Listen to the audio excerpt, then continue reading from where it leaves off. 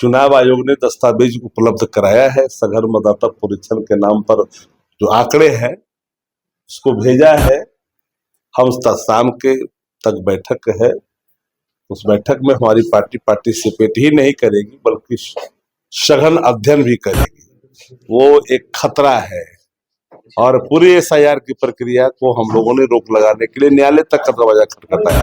न्यायालय ने भी वार्न किया, सुझाव दिया, बावजूद भी इलेक्शन कमीशन ऑफ इंडिया अपने अडिग रवैये पर अड़ी है। एसआईआर की प्रक्रिया देश भर में होनी चाहिए थी।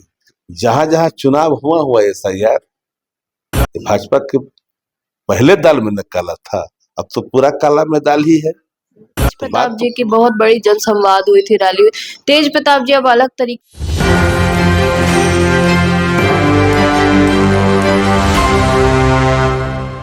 नमस्कार, आप देख रहे हैं इस वक्त एक न्यूज़ 24 और हमारे साथ आज खास बातचीत के लिए मौजूद है राजद के मुख्य प्रवक्ता और एक बहुत बड़े चेहरे शक्ति यादव जी। नमस्कार सर।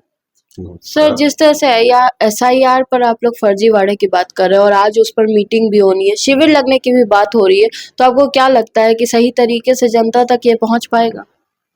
देखिए, एसआईआर पर राष्ट्रीय जनता दल का या किसी घटक दलों का कोई आपत्ति नहीं थी। आपत्ति है एसआईआर की प्रक्रिया पर। आपत्ति है उन 11 जो डॉक्यूमेंट्स है, जो बिंदु जो मांगे गए, जो बिहार की आवाम के पास संभव नहीं है। 2003 की जो प्रक्रिया हुई थी उसमें 3 चीजें थी, वो 3 चीज आसानी से लोगों के पास था। अब जिस 11 डॉक्यूमेंट्स को बनाने में आधार का इस्तेमाल होता है, फिर आधार क्यों नहीं? एक सवाल यही है और यही कारण है कि बिहार के कई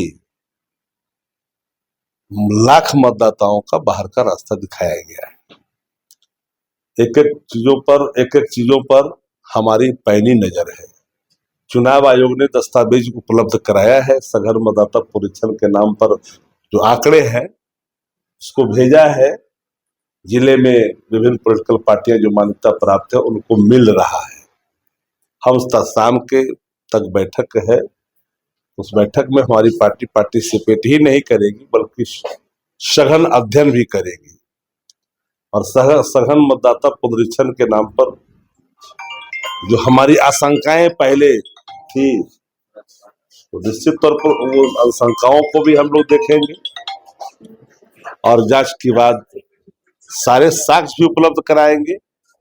क्योंकि जो जल्दबाजी दिखाई गई है निश्चित तौर पर वो एक खतरा है और पूरी एसआईआर की प्रक्रिया को हम लोगों ने रोक लगाने के लिए न्यायालय तक का दरवाजा खटखटाया। न्यायालय ने भी वार्न किया, सुझाव दिया, बावजूद भी इलेक्शन कमीशन ऑफ इंडिया अपने अडिग रवैये पर अड़ी है। एसआईआर की प्रक्रिया देश भर में होनी चाहिए थी। जहां जहां चुनाव हुआ एसआईआर भाजपा के पहले दाल में न काला था, अब तो पूरा काला में दाल ही है। तो बात तो खुलकर के सामने आ ही रही है। तो हम एक एक चीजों को जांच करने के बाद जो सामयिक रूप से जो निर्णय होगा पार्टी का वो आप लोग को बताएंगे और हम लोग छोड़ने कहाँ जा रहे हैं आसानी से। एक भी मतदाता के अधिकारों का अगर कहीं से कुछ लूटने की कोशिश किया तो करारा जवाब मिलेगा ना।